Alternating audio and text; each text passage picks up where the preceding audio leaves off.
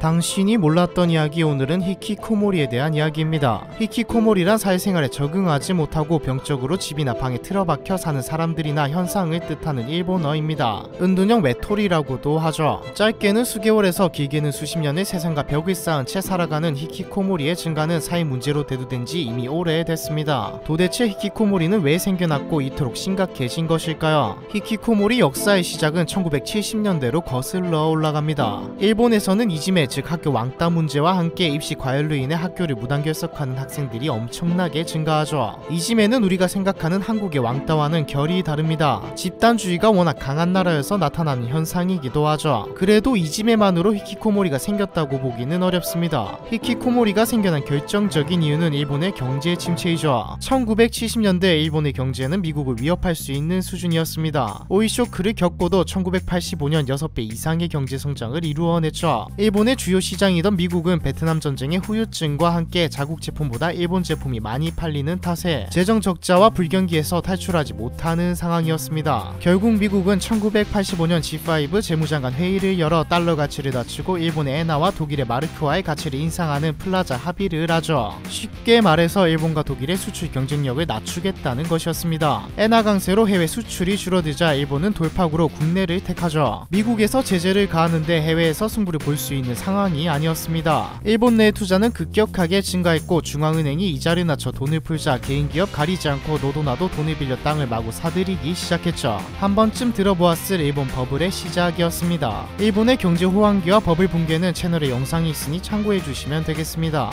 이번 영상에서는 맥락을 위해 간단하게만 설명하고 넘어가도록 하죠. 일본의 부동산과 주식 같은 자산은 하늘 높은 줄 모르고 치솟기 시작합니다. 도쿄를 팔면 미국을 살 수 있을 정도였죠. 그렇게 일본은 1990년까지 약 5년 동안 역사상 가장 풍요로운 호황기를 누리게 됩니다. 하지만 실체가 없는 경제는 과열되면 결국 터지기 마련이죠. 일본 정부의 잘못된 대응과 이때까지 쌓였던 악재들이 터지면서 하루아침에 1500조엔 하나로 1경 5천조 원이 공중분해됩니다. 일본의 잃어버린 20년 30년이라고 부르는 버블 붕괴가 시작된 것이죠. 기업과 은행은 줄줄이 무너졌고 거리에는 일자리를 잃은 사람들로 가득했습니다. 일본의 취직 빙하기는 10년 이상 지속되죠. 이 시기는 현재 일본의 30대 후반에서 40대 중후반이 갓 대학을 졸업한 시기입니다. 이들은 경제도 경제였지만 일본의 그 호황기를 누린 온실 속 화초 세대였기에 고실업, 저임금, 고용 불안의 삼중고를 견디지 못하죠. 취업 최전선에서 좌절한 젊은이들은 자신의 처지를 비관하며 부모의 경제력에 의지해 집에 운둔하기 시작했고 일본의 잃어버린 세대라 불리게 됩니다. 알바만 하며 먹고 사는 프리터나 일할 의지가 없는 청년 백수, 니트도 이 시기에 생긴 말들이죠. 일본 내각부의 발표에 따르면 40세에서 46세 히키코모리는 전국에 61만 명이 넘습니다. 이건 단순 통계이고 깊게 들어가 보면 더 많은 숫자겠죠. 15에서 39세 사이의 히키코모리 54만 명까지 합하면 일본 총인구 중 1%를 차지하는 100만 명 이상의 규모입니다. 통계상으로만 말이죠. 히키코모리의 장기화 고령화가 불러온 일본 사회의 위기는 생각보다 심각합니다. 버블 붕괴로 인한 불운의 시대의 산물인 중년층 히키코모리가 이제 50대에 접어들면서 수입이 끊어진 80대의 부모와 50대의 히키코모리 자녀 가정이 우후죽순 생겨나고 있거든요. 실제로 사회에서 고립되고 가난에 시달리는 8050 문제는 일본 사회에서 심각한 문제로 떠오르고 있습니다. 2015년에는 20년 넘게 히키코모리 생활을 하던 56세 남성이 영양실조로 사망한 81세 어머니의 시신을 쓰레기 속에 방치한 채 부모의 연금을 받은 사건도 있었죠. 2016년에는 70대 어머니가 자신이 죽으면 아들도 죽을 것이라며 50대 히키코모리 아들을 죽이고 스스로 목숨을 끊어버린 절망적인 사건도 있었습니다. 그런데 현재 일본의 취업률은 그렇게 나쁜 상황이 아닙니다. 적어도 버블이 터졌을 때보다는 훨씬 낫죠. 일본에서 히키코모리가 장기화되고 심각해지는 이유는 남들의 시선을 과하게 신경쓰는 문화 때문입니다. 일본에서 정신과 인턴을 하고 있는 판토 프란체스코는 히키코모리는 나라와 지역 문화로 인해 발생하는 정신장애의 하나인 문화결합 증후군이라고 말했죠. 일본에서 히키코모리 현상이 압도적으로 심각한 이유는 일본만의 독특한 문화 때문이라는 말입니다. 일본에는 혼내와 다테마에라는 말이 있습니다. 일본 문화의 핵심인 이 말은 안과 밖을 구분하는 말이죠. 일본은 내부와 외부를 철저히 구분해놓고 세상이 정해놓은 기준에 따라 겉으로 보여지는 모습과 발언에 상당히 신경을 많이 씁니다. 이 때문에 부모는 히키코모리 자녀를 가정의 치부로 생각하고 아무도 이 사실을 모르길 바라고 숨기죠. 국가의 경제 지원이나 상담을 받는 것에 대한 편견이 두려워 일찍부터 개선하기를 포기해버리는 경우도 많습니다. 자녀는 세상의 기준에 한참 못 미친 자기 자신을 한탄하며 더욱더 깊이 그리고 조용하게 도피하게 되죠. 지원, 상담은 물론 국가에서 제공하는 서비스도 거절해버립니다. 부모가 사망 사망하거나 정말 생사의 기로에 서게 되었을 때에야 히키코모리는 모습을 드러내죠. 2021년 히키코모리들을 대상으로 실시한 설문조사에서 필요한 게 무엇이냐는 질문에 39%가 취업 준비나 일자리 소개 등 취업에 대한 관심과 의지를 나타냈습니다. 이외에도 자립할 기회, 취미활동, 친구 만들기 등이 뒤를 이었는데 통계상으로 응답자의 60% 이상은 사회에 나오려는 의지가 있다는 것을 알 수 있죠. 하지만 이건 의지일 뿐입니다. 공백기 없이 학업을 마친 뒤 바로 취업활동을 하는 사람을 선호하는 일본 특유의 취업시장의 분위기는 물론 편견과 손가락질을 극도로 두려워하는 일본의 문화가 히키코모리 현상을 심화시키고 있죠. 어쩌면 히키코모리는 타이에 의해 사회로 나오지 못하는 것일 수도 있습니다. 히키코모리의 가장 큰 비중을 차지하는 연령대가 40대임에도 불구하고 일본의 정책 지원, 지자체 지원 프로그램의 대부분이 39세까지라는 나이 제한을 둔 것도 큰 걸림돌이 되었습니다. 떨어지면 다시는 올라올 수 없는 사회 구조 속에 방치된 채 히키코모리들은 그저 늙어가고 있던 것이죠. 히키코모리들은 찾는 이도 없었고 자신도 모습을 드러내지 않았습니다. 사회 문제이기는 했지만 해를 끼치지 않는 벌레 같은 느낌이었죠. 하지만 2010년 이후 히키코모리와 관련된 경악스러운 사건이 연달아 터집니다. 2010년에는 15년 동안 히키코모리 생활을 이어오던 남성이 자신의 아버지와 조카를 살해하고 집에 불을 지르는 사건이, 2014년에는 30년 동안 히키코모리였던 아들이 전기코드로 아버지의 목을 졸라 죽이는 사건이, 2019년에는 50대 남성이 칼을 휘둘러 스쿨버스를 기다리던 사람을 습격하여 2명이 숨지고 수십 명이 부상을 입는 사건이 발생했습니다. 이 사건이 터지고 불과 4일 후 전직 일본 농림수산성의 차관이던 아버지가 집에 틀어박혀 게임만 하면서 가족의 폭력까지 행사한다는 이유로 44세 히키코모리 아들을 살해하는 충격적인 사건이 터지고 말았죠. 대표적인 사건들만 이렇고 히키코모리와 관련된 사건은 셀 수도 없을 만큼 터지기 시작합니다. 히키코모리 당사자와 가족이 일으키는 충격적인 사건이 계속 보도되면서 히키코모리는 예비 범죄자 취급을 받게 되고 히키코모리가 있는 가정은 깊이 대상이 됩니다. 가뜩이나 닿기 어려운 지원과 상담의 손길로부터 한없이 멀어지고 실태조사는 무응답도 큰 비중을 차지하는 게 현재 상황이죠. 히키코모리 현상은 일본뿐만 아니라 한국은 물론 이탈리아에서도 대두되는 문제입니다. 이 세 나라의 공통점은 성인이 돼도 독립하지 않고 부모와 함께 사는 것에 매우 관대하거나 자연스러운 문화를 가졌다는 것이죠. 미국에서는 성인이 되면 집을 나와 자립해야 하는 문화가 강합니다. 이 때문에 히키코모리는 매우 적지만 젊은 노숙자가 많죠. 개인적인 생각이지만 결과야 어찌되었든 자녀를 자립할 수 있게 키워야 하는 건 부모의 책임입니다. 일본은 한국의 20년 후의 모습이라는 말이 있듯 한국에서 히키코모리 즉 은둔형 메토리들의 존재가 생겨난 것은 IMF로 취업난이 본격화된 2000년부터였죠. 하지만 역시나 사회적 관심은 딱히 없었습니다. 그러다 2020년에 전염병으로 인해 경기가 침체되고 취업난에 시달리게 되면서 은둔형 메토리 문제는 사회적 문제로 부상했죠. 현재 한국의 은둔형 메토리는 약 40만 명으로 추산되고 있습니다. 하지만 이것도 민간 연구단체의 자료일 뿐이며 아직 국내에는 중앙정부 차원의 공식적인 통계는 물론 대책도 조사 체계도 없죠. 한국은 어느 정도 위기임을 자각해야 합니다. 옆나라 일본의 사례와 같이 자녀의 실패를 부모 자신의 실패로 여기며 자식이 은둔해서 살아간다는 사실을 은폐하려는 정서가 한국에서 은둔형 외톨이 문제가 20년째 방치되는 이유이기도 하니까요. 한국에서는 좋은 학교에서 양질의 교육을 받아 좋은 일자리를 잡고 부모한테 효도해야 한다는 인식이 여전히 깊게 박혀 있습니다. SNS로 다들 행복한 모습을 올리다 보니 흔히들 생각하는 평균의 삶의 기준도 올라갔죠. 게다가 한국은 일본보다 더 빠르게 저출산이 진행되고 있습니다. 인구는 감소하는데 은퇴하는 노년층은 늘어나고 일할 수 있는 사람들마저 국가가 부양하게 된다면 나라는 심각한 위기에 처하게 되겠죠. 이대로 일본처럼 한국도 히키코모리의 시대를 맞이하는 것일까요? 경제가 부상하게 된다면 모르겠지만 세계 경제 상황상 솔직하게 미래는 좀 어둡습니다. 사이클상 다시 경제가 부흥하는 시기가 오겠지만 그게 언제인지는 아무도 모르죠. 개인만의 책임이라고 말 못할 히키코모리의 이야기, 이번 편은 여기까지입니다.